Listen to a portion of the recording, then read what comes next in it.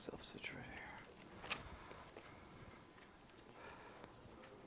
That's normally we don't read through the person, but with Zacchaeus, who we'll be talking about today, it's pretty quick enough. Not that many verses, so we'll go ahead and do that before we get to the points. Then Jesus entered and passed through Jericho. Now behold, there was a man named Zacchaeus, who was a chief tax collector, and he was rich. And he sought to see who Jesus was, but could not because of the crowd, for he was of short stature. So he ran ahead and climbed up into a sycamore tree to see him, for he was going to pass that way. And when Jesus came to the place, he looked up and saw him and said to him, Zacchaeus, make haste and come down, for today I must stay at your house. So he made haste and came down and received him joyfully. But when they saw it, they all murmured, saying, he has gone to be a guest with a man who is a sinner.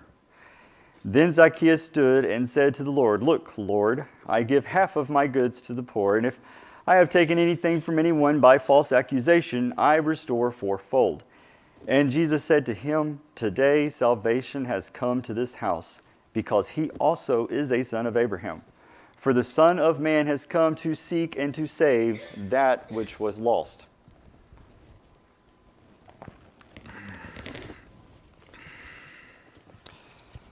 Let's see if this works here. So I've asked this question. Y'all could be thinking of your points from Zacchaeus. I've asked this question. This will be the third week I've asked the question. What's the purpose of the class? Anybody want to go for it? And who has the mic, by the way? Mike has the mic. Anybody want to go for it? What is the purpose of this class? We shared it several times for 2 months.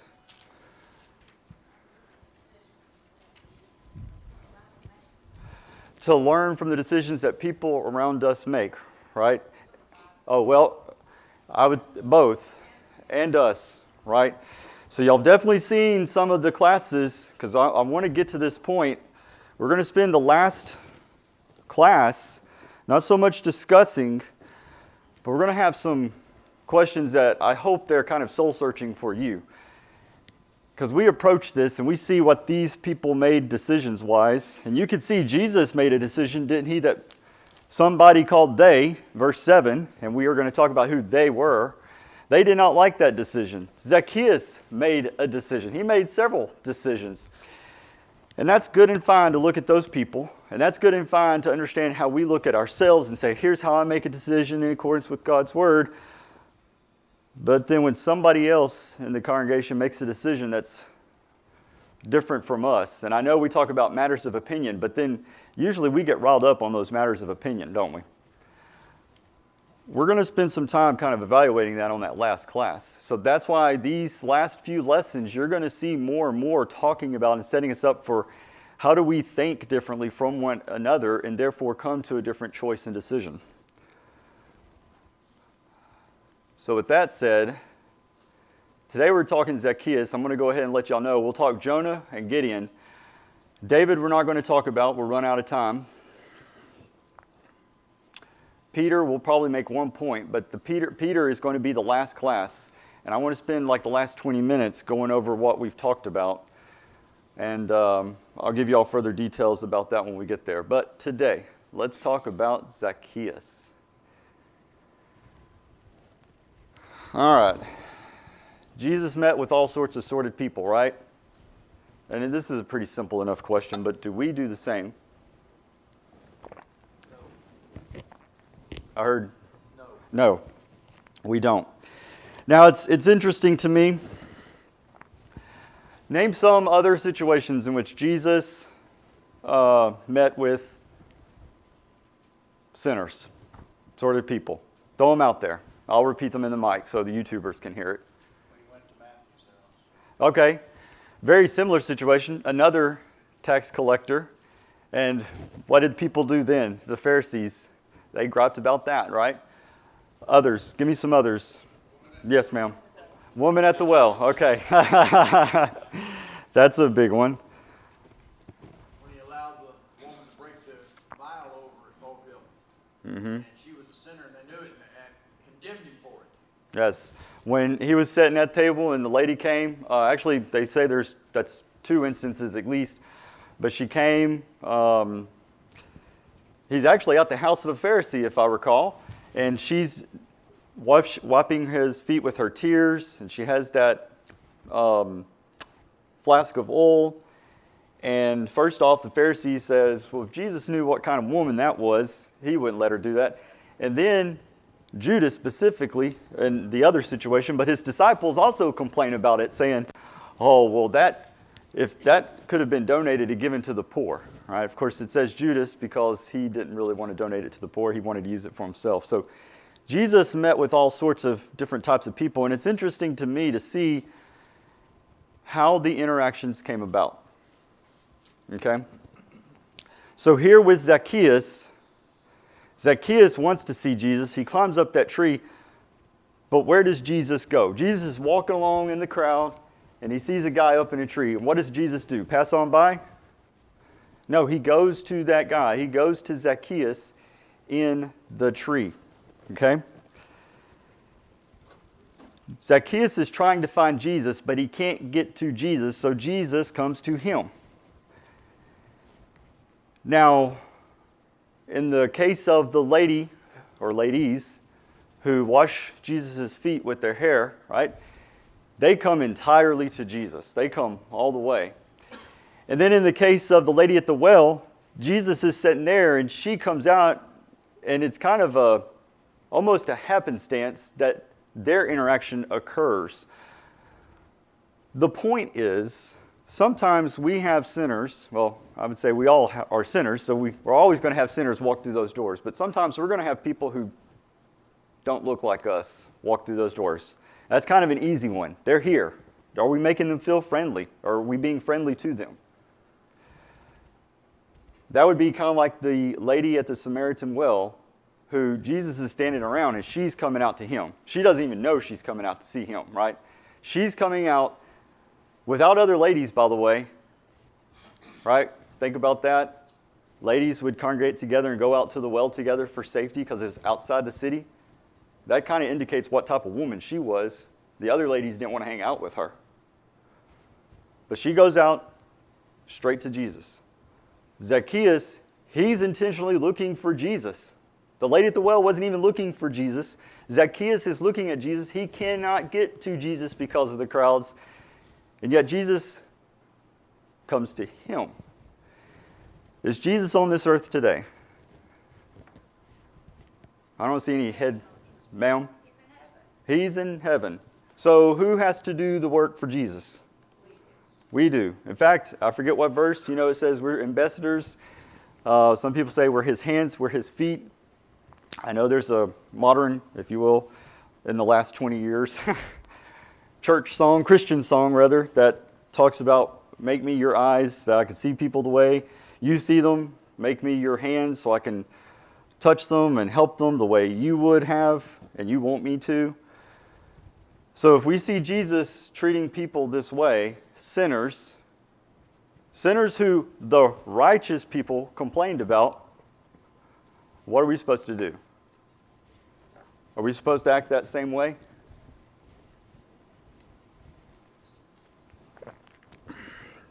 And it's funny, what does verse 10 say? When Jesus hears, well, actually he doesn't hear, but, Jesus usually didn't have to hear. He perceived, he knew what the other people who were saying bad things about the situation, he knew that. But what does he say there in verse 10? For the Son of Man has come to seek and to save that which was lost. Rick. He's talking about songs. There's a song that's within the last few years called from Casting Crowns, that if we are the body, why aren't our hands working? Why aren't our feet going? Why aren't we doing these things? If we are the body, why aren't we doing these things? Mm-hmm. This is a good question. Maybe we need to certainly ask ourselves first. And we got Patricia over here, Mike.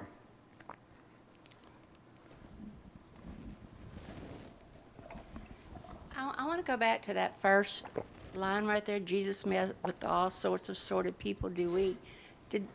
I was reading when that was asked, and somebody said no. Oh, I thought somebody said no, we don't.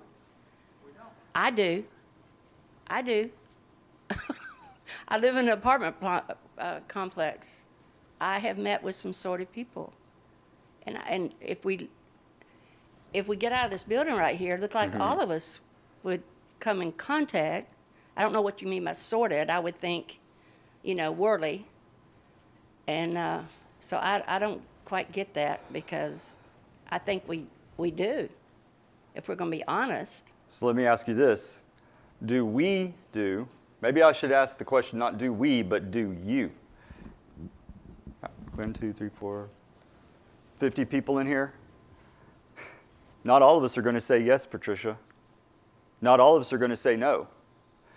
And your definition of sorted is probably going to be different from my definition of sorted. It's an open-ended question that you have to answer. Again, kind of going back to, I don't want to come to a right answer for this class. I want us to talk about how do you come to the answer for you, and then how do we come to the answer for each other. But Patricia, and you bring up a good point. Some of us can say we meet with sorted people, people who are not like us here.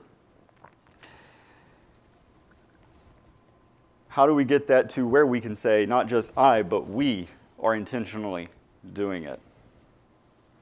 And that's hard. We have a good example of that, though. We have a good opportunity for it with the giveaway day that's coming up this Saturday, right?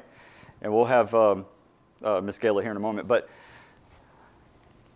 when you offer something for free, you're going to get certain types of people who you may consider sorted, right? Some of them may take advantage of that, even though Jesus said, turn the other cheek. I don't think most of them will, though. They need that. That is an opportunity for we, okay? Not just one individual, but we to reach out to those, if you will, sorted people. Gayla. Our church has a ministry at the church, at the prison system. Mm-hmm. Would you say those are sorted people? I would say they have made bad choices. Okay. Again, what I would say is sorted, you may not, right? But I think they have made bad choices, hence they are there. Right, for a reason. And I stop and talk to a homeless person. So I do some, but do I do as much? So it may be that maybe we need to be doing more. We could be doing some, but is some enough? Good. All right, any other questions on that before we go down to talking about Zacchaeus? It looks like Lynn. Sorry if my voice cracks. I was out in the sun all yesterday, so go ahead, Lynn.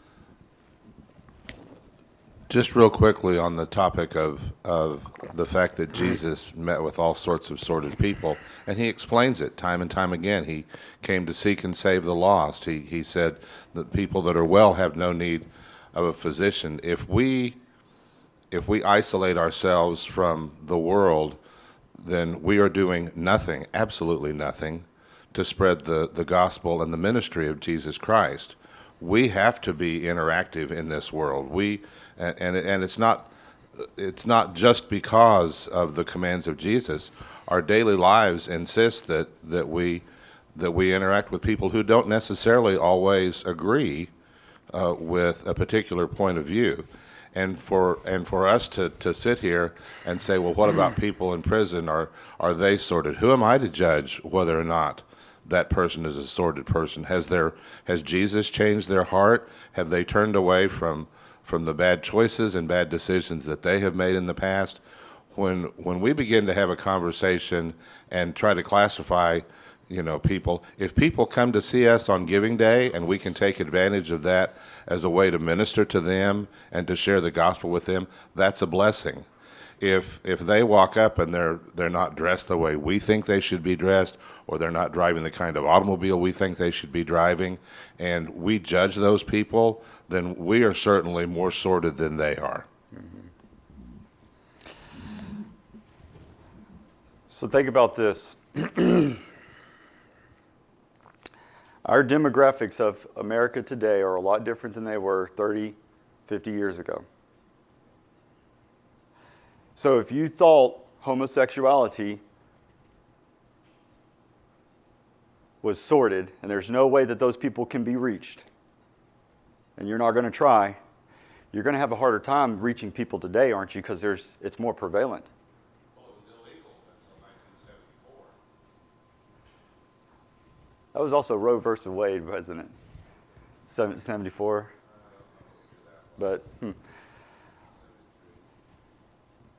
But Lynn, I like what you say, right? And I forget somebody, and I kind of wanted to hold on to this until the last point. I'm going to try to tie it in with what you said, at least my thoughts, right? But when Paul preached, he said, I preach Christ crucified, right? He also said, to the Jew, I became as a Jew, to the Gentiles, as a Gentile, which involves interacting with those groups, which involves saying, here's what I have seen, here is the truth, here's what I have been taught, and not passing that judgment upon a person. Sometimes we, and I'm going to use that collectively, if you don't judge, please tell the rest of us your secret, right? But let's check our hearts to make sure we're not judging the demographics of America and how things are changing and how people are unchurched and people are, cohabitating without marriage and homosexuality is rising up. Let's not let our hearts, especially if we don't even realize it, get to the point where we're judging them and then not going out there to interact with them to show them Christ. I don't know if that's just what you said, Lynn. That's where I go with that, right? Just preach and teach. And we're going to kind of talk about that in relation to the tree here in a moment. All right, let's go, Mr. Bolin.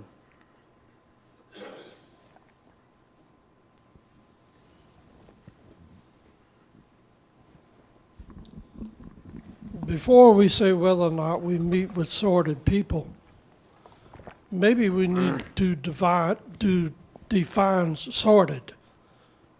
If we say sordid means one thing to me and sordid means one thing to you, are we each our own dictionary?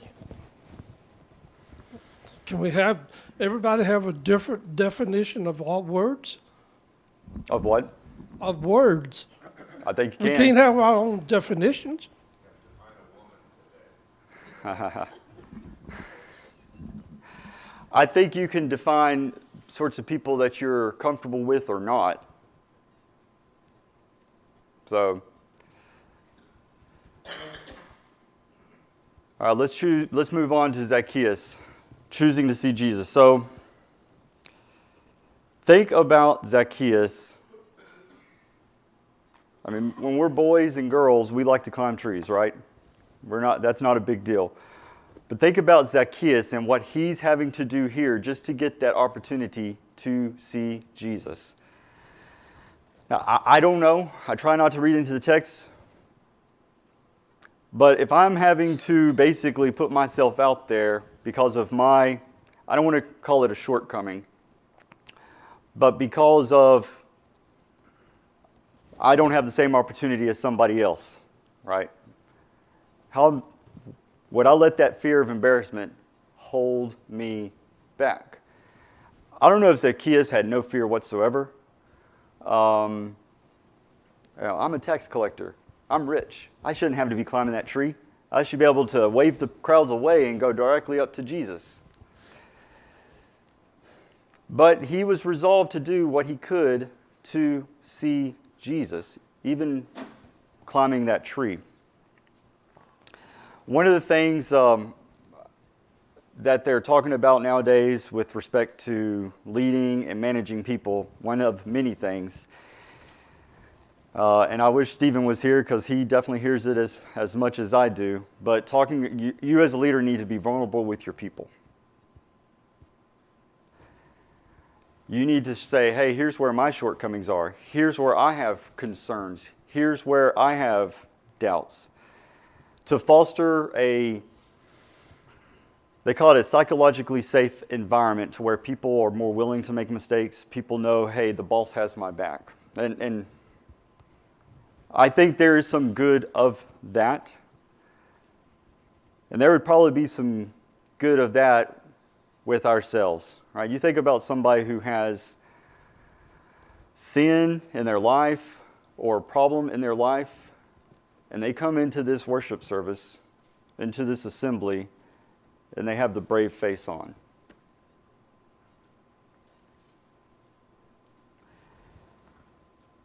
And they're not, they're letting the fear of what will everybody think, keeping them from seeing the real Jesus and letting Jesus help them, letting Jesus come to them. Zacchaeus, and again, I don't know if he had that fear or not, but it's a good point for those of us who do have that fear to think about that.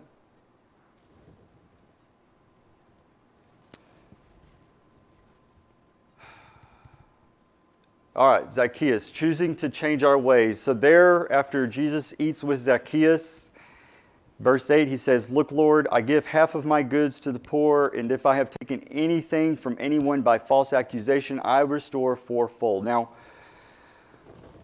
my text here, I'm reading New King James. I give, if I have taken anything. Some commentaries say that's kind of like he's been doing that, right? Some other commentaries would say he's saying from this point forward, this is what I'm going to do.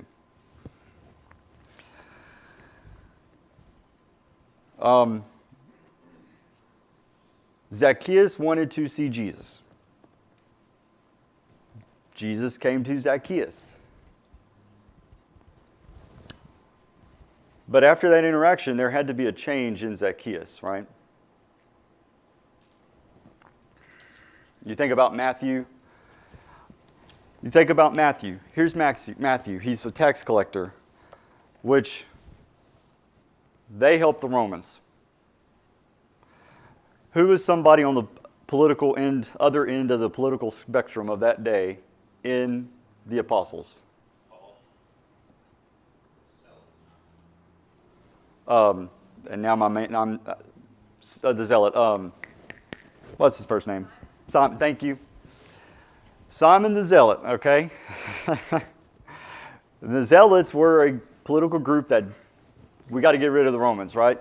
And yet here are these two, and I don't know if they ever had some heart-to-hearts with each other and with Jesus there to really come to how are we going to work together.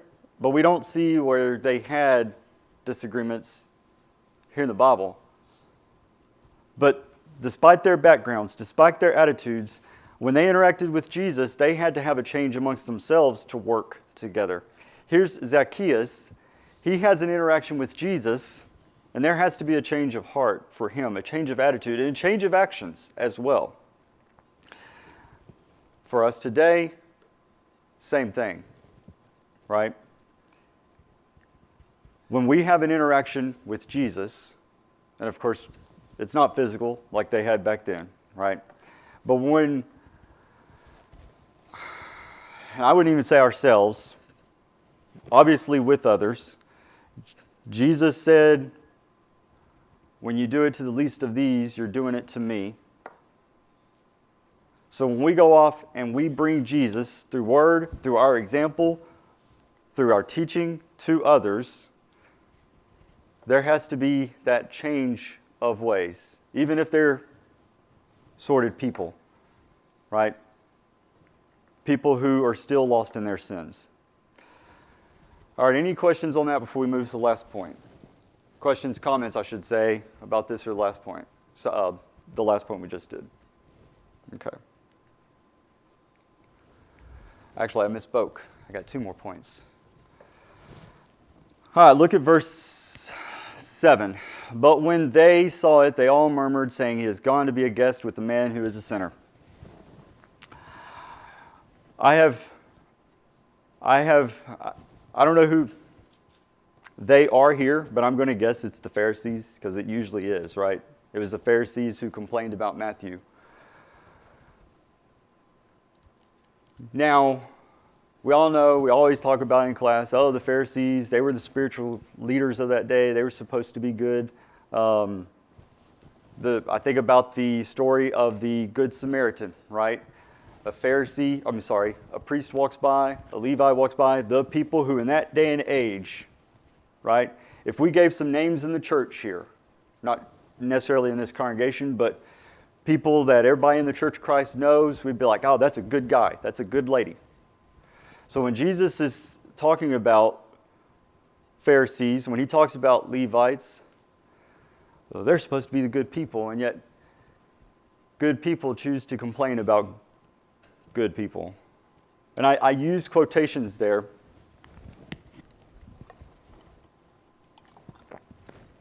to kind of go back to Lynn's point earlier.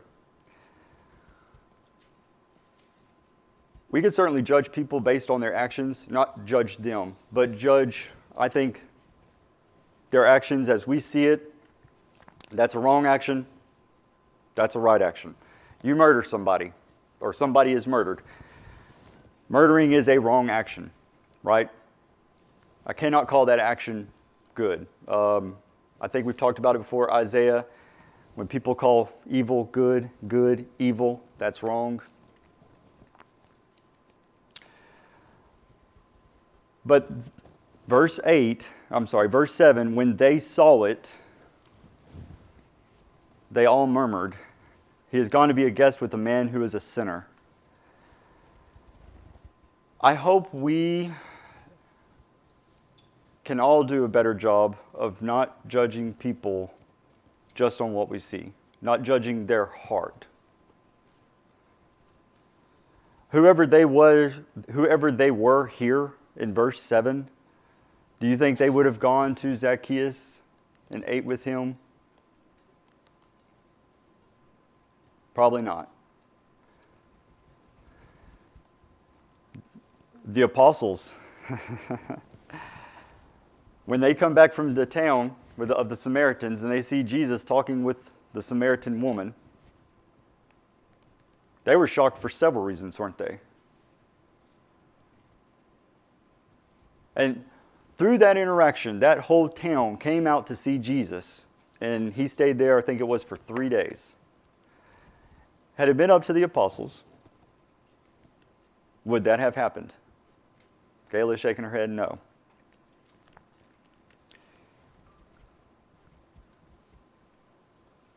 I hope we all are, again, as humans, sometimes we have to judge the actions. If you're called in to do jury duty, you have to judge the actions that person did. But are you called to judge their, necessarily, if you will, character and attitude? You're just there to judge the action that they took, whether wrong or right, and the consequences thereof it.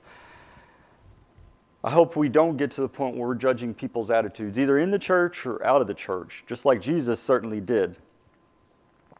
Not either. All right, our choice. Are we the crowd or the tree to others who are trying to see Jesus? And we talked a little bit about this last week.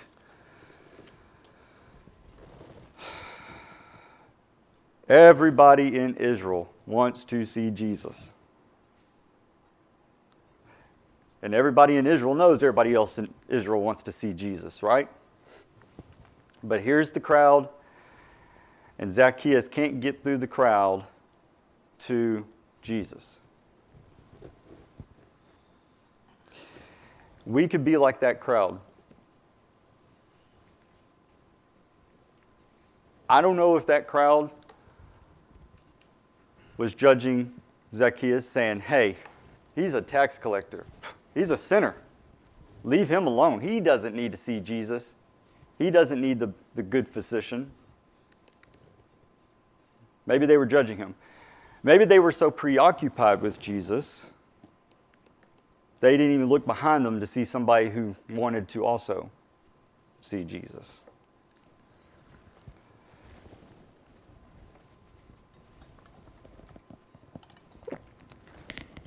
Maybe we today, as individuals, or as a congregation, as a church,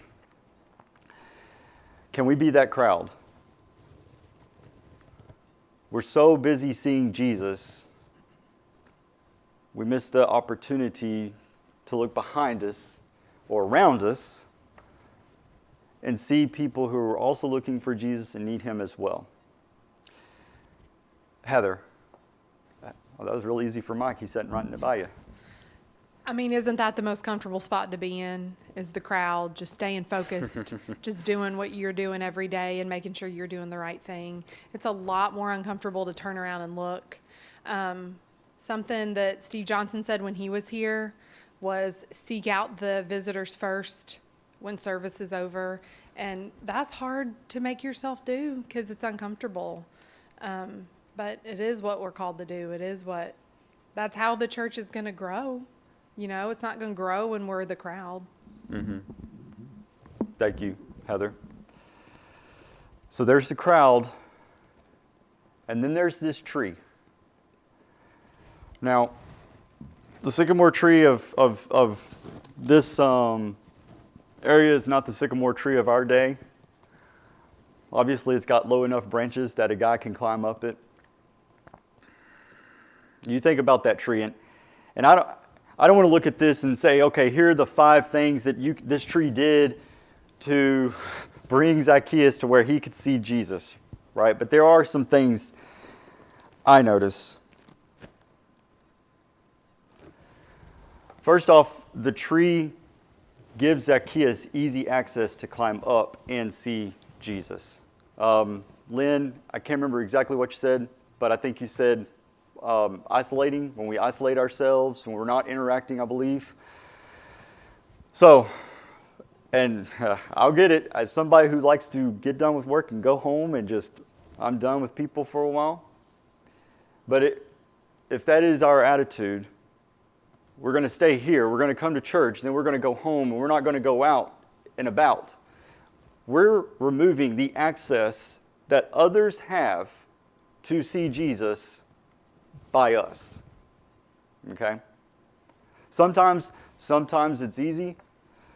We go to the jail ministry, Pinnacle, the giveaway day that we have coming up.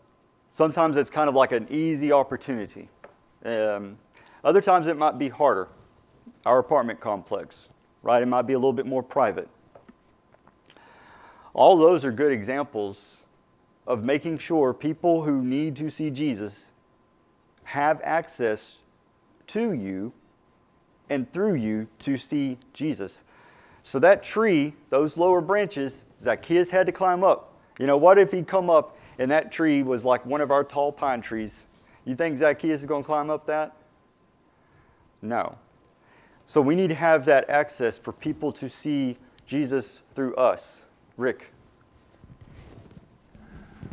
I'm thinking about, okay, Jericho at this time was a population of maybe 3,000, 3.5. I think about like when the Astros won the World Series and they made the parade down through Houston. You see people climbing up on the light poles. They didn't have branches. They shimmied up the light pole to see over the crowd, to see the team. Well, here's someone coming through that is doing miracles, that is healing. He's a renowned figure in a population of 3,000 people. Zacchaeus is going to do whatever he has to do to see. The thing that jumps off the page at me is Jesus got these people all around him, and yet he stops and says, Zacchaeus, I'm coming to your house. How did he know Zacchaeus? How did Zacchaeus know he's going to pick him out? It's not happenstance. Jesus picked him for a reason. Mm-hmm. He did in that situation. And maybe we could say, if we allow ourselves to be a tree rather than a crowd, Jesus, just like Paul said, I planted, Apollos watered, God gave the increase, right? That tree, Zacchaeus had a willingness. He climbed up that tree, was there, and Jesus gave the increase. He reached out. It's the same situation for us today, right? Now, some people are willing to do whatever it takes. They know they need to see Jesus. I'm sure some of those people down in the jail ministry, they know they need to do something. Others out there in the world, they may not know that until, even though, we're that tree, we go 10 years, they don't climb. We go 20 years, they don't climb up to see Jesus until something bad happens and they realize, wow, so-and-so they've had, that Christian has had bad instances and they stayed steady. Now I've had something bad and it's tearing me apart. What do I need to do? Now they're curious. Now they climb us figuratively as a tree to see Jesus. So thank you, Rick. Something else, and this is one I have to tell myself all the time. Did that tree complain about the crowds? Hey, you people, this man's trying to see Jesus. Get out of the way. If we're a tree, and maybe sometimes we know we're a tree, not for pride, but we know our mission. We know our purpose on earth is to show Jesus to others. Do we need to waste our time complaining to the crowd? Y'all can answer that. Now, sorry, Batzel, go ahead. Sometimes I think we get discouraged when we don't see immediate results. And I'm going to give you an example of the jail ministry. When I worked there was a young inmate that was one of the ones that wanted to get the Church of Christ worship service started. In the penitentiary, everybody goes to church to get out of trouble. And probably about a year ago, I was visiting down at Dayton. And that inmate came up to me and shook my hand. He's still faithful today. So just because we don't see what we're doing does not mean we're not having an effect. Mm-hmm. How long do you think that tree was there before Zacchaeus climbed up it and saw Jesus? A long time. A long time. Looks like Betzel has something else. Mike? He was raised in the church, and he left. But he was probably in his 60s. But as long as he comes back, that's all that matters. Mm-hmm. Thank you, Betzel. But yes, so sometimes we want to see those results and they don't pan out, or maybe it's just the one individual, right? Now, Mike said something last week. Mike, it was about the comment that you made in fellowship. Would you be willing to share that? Because I kind of want to talk about that and leave that as the final thought with everybody today. Yeah, but leading into that, I wanted to comment on your tree example. Why did Zacchaeus want to see Jesus? Let's see. And he sought to, this is verse 3, and he sought to see who Jesus was. So I'm not sure if he, kind of like if the president came through or somebody who we really like, he just wants to see him, or if he wanted something to be done by Jesus, I don't know. How did he know who Jesus was? Lynn said social media. The point being, Yeah. I like your tree illustration. Mm-hmm. I want to be the person who tells Zacchaeus about Jesus, so that Zacchaeus wants to see Jesus. That's a good point. Which, leading in yes, to what we talked about yes, last sir. week, my opinion, and I will preface it as that, I think at times we often misinterpret, here again, my opinion, the Great Commission. It says to go and teach and baptize. The emphasis, in my opinion, is on the teaching, not the baptism. If you look at Jesus, if you look at Paul, who did Jesus baptize? Nobody that we know of. Who did Paul baptize? He tells us very few people. The emphasis was on the teaching. I think we get to a point where when we try to share the gospel with someone and they're not immediately baptized, we think we failed. I don't think that's the case. God gives the increase. We're to plant the seed. It's not our job, what I like to say, not our job to take them from the womb to the tomb. It's our job to teach the gospel. God will provide the increase at the right time. Parable of the sower. Not everybody's ready. Not everybody's going to accept the gospel.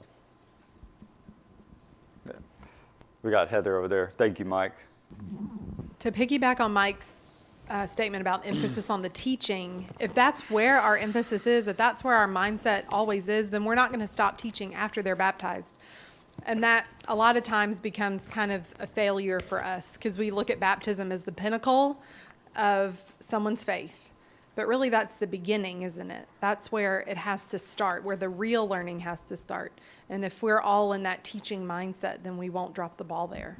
Yeah. Mike again, we got Rick. And to clarify, yes, baptism is important, but I look at it as a natural byproduct of teaching. Expounding on what she just said, when Trish and I were in Houston, we had a children's ministry that we did, and we did a bus ministry. Matter of fact, Chris helped me with that bus ministry. And we had two young boys that were heathens. They were heathens. Trish told one of them she's going to rip his arms off and hang him from the ceiling. One of those young men today is a youth minister. So did we immediately see a return on our investment?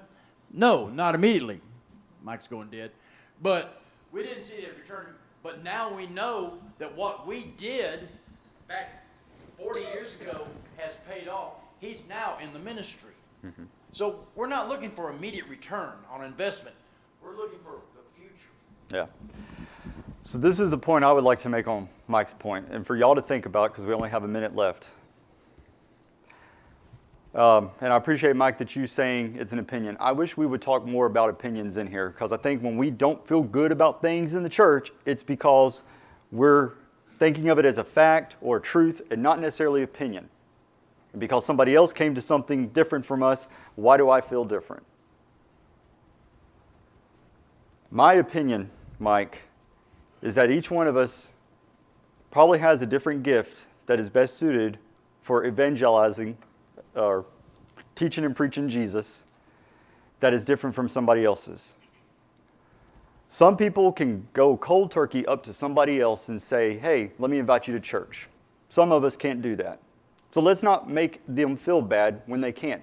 But maybe, and I like what Brother Ellis would always say, if you could just get them to church, he was convinced the preaching, you could take it from there. Paul planted, Apollos watered, God gave the increase.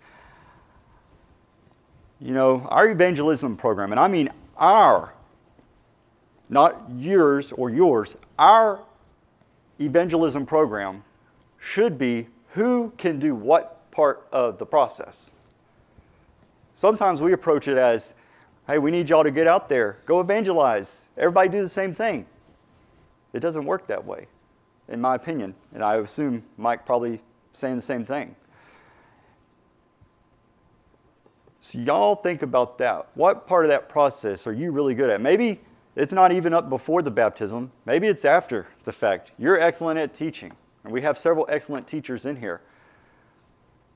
Maybe that's what you need to focus on. But let me leave this with all of us. When one person or another person is good at something else and you're good at this, don't go up and complain about what they're not doing that's the same as you, please. All right, next week. Jonah. Now, he's got the most points, but they're very quick. Choosing to run away. Obviously, that's going to be very clear. Choosing to be honest. When he realized in that storm, uh-oh, it's me, guys, throw me overboard, he was honest with himself, choosing to repent. He did repent. He did go to Nineveh, but it's interesting. He didn't learn his lesson. He still complained about it. He's like, God, I did what you told me to. He chose to hate and be angry about those people. Now, the Assyrians, they were the people who, Nineveh was their capital. They were enemies of Israel. Okay? He let hate and anger. He chose to be hateful and angry. Look at those last few chapters. The most successful preacher ever, in 3 days, changed the ways of a capital city, and he griped and complained about it. Was he preaching or teaching to condemn or to save? All right. Y'all have a good week. We'll see y'all next week.